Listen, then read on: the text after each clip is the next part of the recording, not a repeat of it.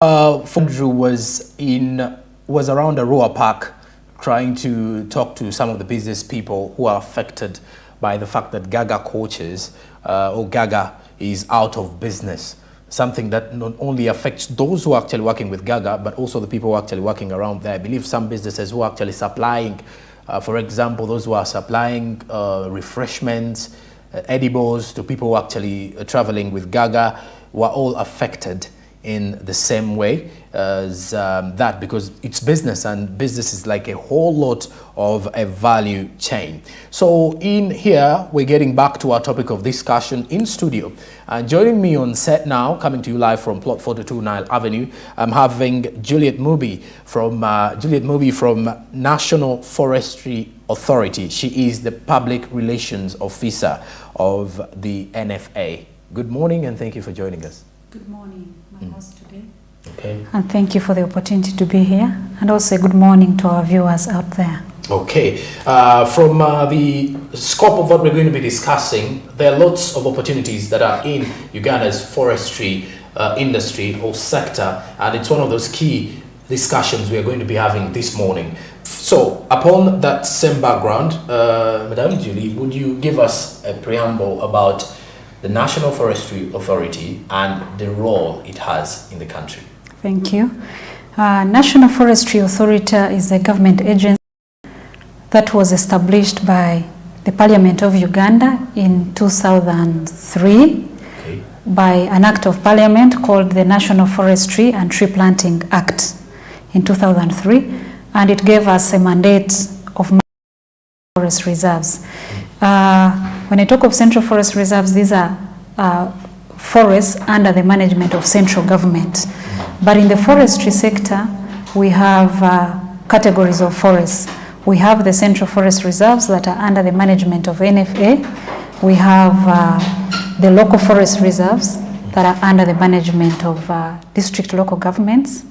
And we also have the private forests that are under the management of individuals like you and me. Okay. Then we also have what we call community forests that are under the management of community groups. Okay. Say Uganda Prisons has a land that is forested, maybe Church of Uganda, the Catholic Church, the Muslim community. So there are all those categories of forests. Okay. Those are the categories of forests in Uganda that are under the management of different agencies and local governments. Okay. Then our mandate as an authority is to sustainably manage all central forest reserves and develop them for the socio-economic transformation of Uganda. Okay. That is our mandate as an authority. In the country, we manage a total of 506.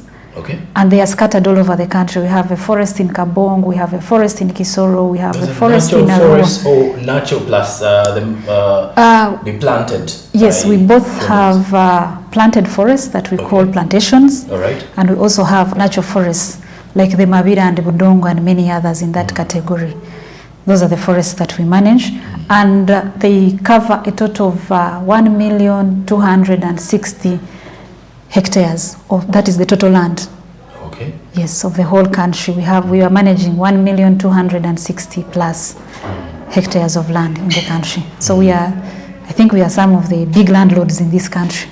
Okay. Yes. So if you were to repeat for me, under which ministry is the National Forestry Authority? A National Forestry Authority is under the Ministry of Water and Environment. So it's the one that regulates the sector? Yes, the Ministry of Water and Environment regulates the sector. We are implementers in that management. But also something I would want to tell you is when we get back to the figures, like back in 1990, the government used to manage 30% of the forest cover in this country. And then 70% fell under the other categories I told you of the private and community forests.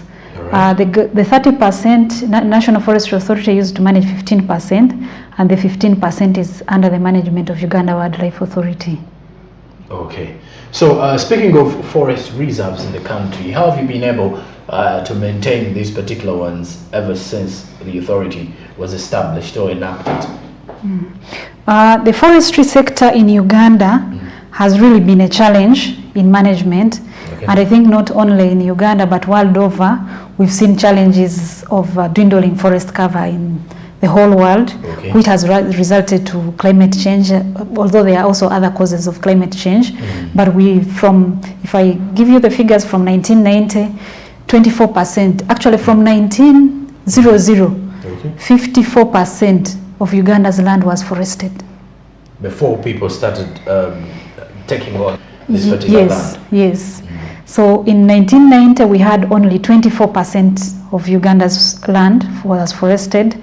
But that one, by 2015, we only had 9%. But we are grateful that with management styles, and we are improving now as we speak. The 2019 National Biomass Study showed us that we are improving now. We are at 13%. Okay. Yeah. Speaking of the issue of climate change, we've got to realize in the last few years that people setting up industries in the country have apparently been one of those people who have actually been putting down these forests, who have actually led to deforestation. But when you look at that particular drive, how best do you believe the National Forestry Authority is doing? And also, what should the Ugandans do to ensure that we reserve this particular forest, regardless of the economic activities that we want to push for? Actually, what Ugandans should do is look at sustainable management of forests. There is demand. Actually, the biggest driver of deforestation in this country is fuel wood energy. All right. Me and you or any other person out there, either they are using firewood or they are using charcoal to cook at home. So fuel wood is the biggest driver of deforestation in this country. We also have search for agriculture expansion, land to expand for agriculture. People are they are failing to use the modern technologies to do agriculture, but they think like if they go to new lands, the soil is more fertile, so they invade the forest thinking but it's the same, it's not helping them. So people need to be sensitized. And then settlements, we have settlements of late, and the other biggest challenge of late is acquisition of illegal land titles in forest reserves, especially those ones that are in urban centers. Because I wanted to ask, how do you actually regulate these particular people who actually own property in the forest, and how does someone get into entitlement of a piece of land that is in between, let's say, forest? I've seen settlers across Mabira. I think many people are actually settling inside Mabira forest. Then the question would be, how do they even get these titles? Mabira and a few forest reserves have unique cases where you might find that people have settled almost in the middle of the forest, but that land was not part of the forest.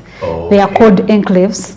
It is land at that time of gazettement. Most of the forest reserves were gazetted between 1932 and 1948. So at the time of gazettement, some people refused to give out their land for compensation to leave the forest. So they were left inside. That is the unique case with Mabira. So those are communities. We have about 11 villages that are known inside Mabira, but they are outside the boundaries of Mabira Forest Reserve.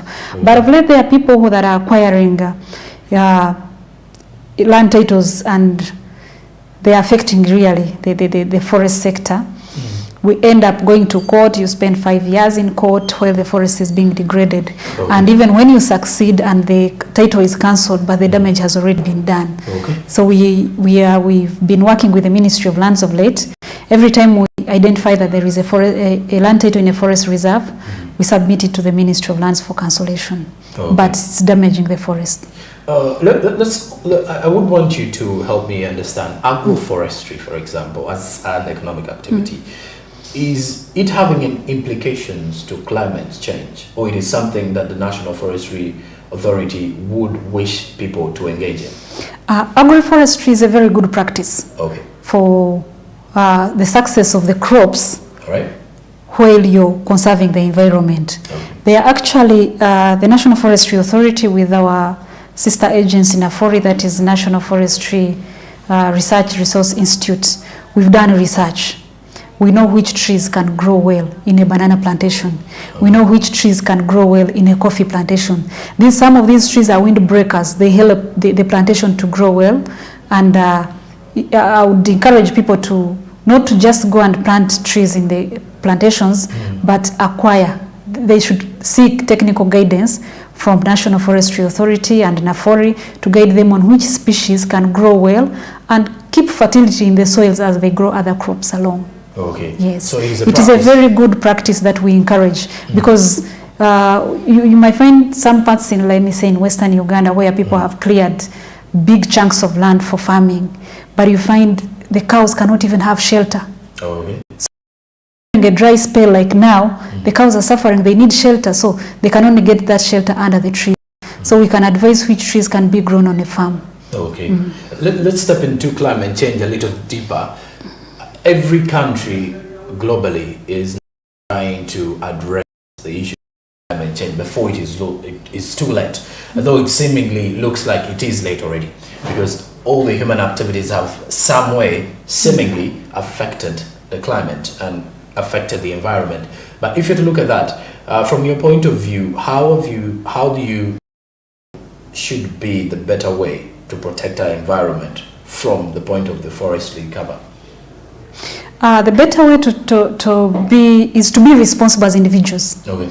Because when climate change effects come, they are not segregating. Whether you're rich or poor, we all face the same challenges. You see, when there are floods in Kampala, even those driving are affected. So we need to take individual responsibility and collective responsibility.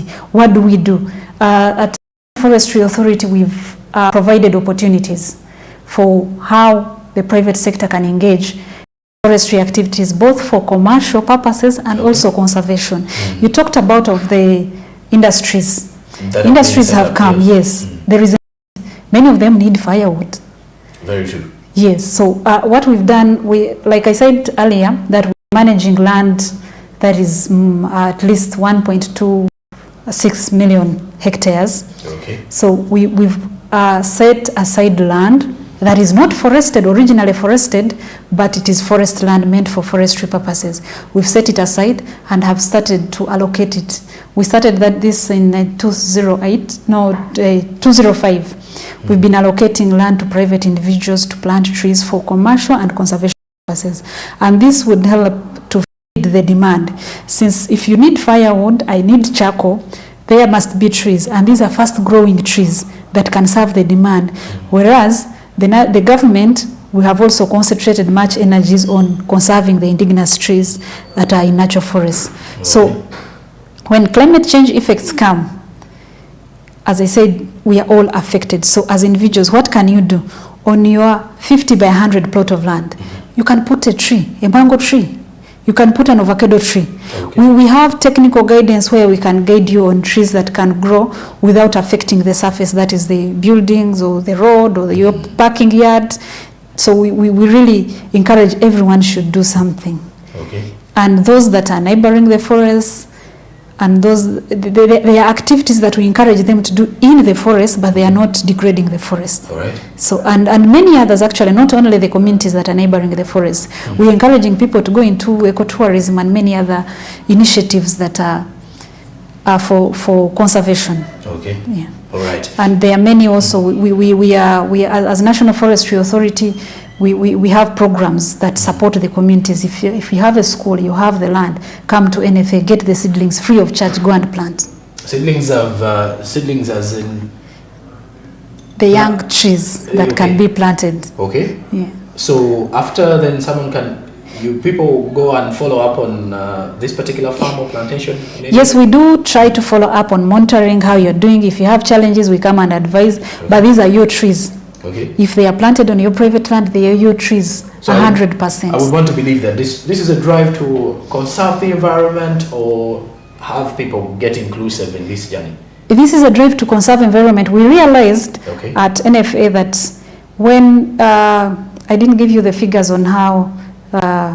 So the 24% in 1990, that was 4.9 million hectares of forest cover, and out of that 1.9 was on private on government land, that is O and NFA, and 3 million was on private land, and that has the 3 million hectares has reduced to 500 hectares. So we've lost 2.5 million hectares of trees. So we realize that if we do not support these communities to grow their own trees, and yet they have a need for the trees, they will forcefully come to our forest reserves. They will invade Mabira if they don't have firewood at home. They will invade Mabira for firewood. Okay. And you will have issues. So you'd rather support them to establish woodlots on their private land so that they can keep our forests safe. All right. And for a you out there are lots of opportunities from the forestry industry, and it's what we're going to be discussing more after the break. When we get back, we're going to be looking at some of these particular opportunities business-wise. What are the opportunities there? What are the chances? Is there a market for those who are actually dealing in, for example, agro-industry? And then what are the best farmer practices to safeguard our forest cover as you're actually dealing in with business? These are some of the key things, and that we would need to at least understand more. I'm still with Juliet from the National Forestry Authority, and we're discussing more from the forestry industry and sector in Uganda. Good morning.